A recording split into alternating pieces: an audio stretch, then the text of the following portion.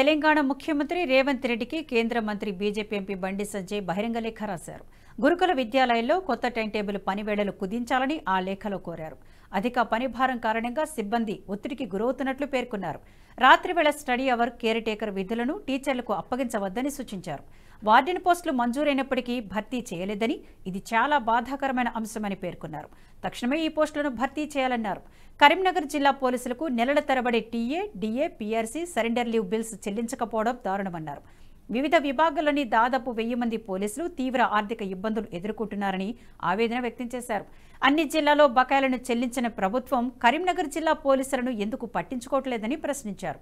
తక్షణమే TA, DA, PRC బకాయిలతో పాటు surrender leave bills చెల్లించాలని ఆ లేఖలో కోరారు.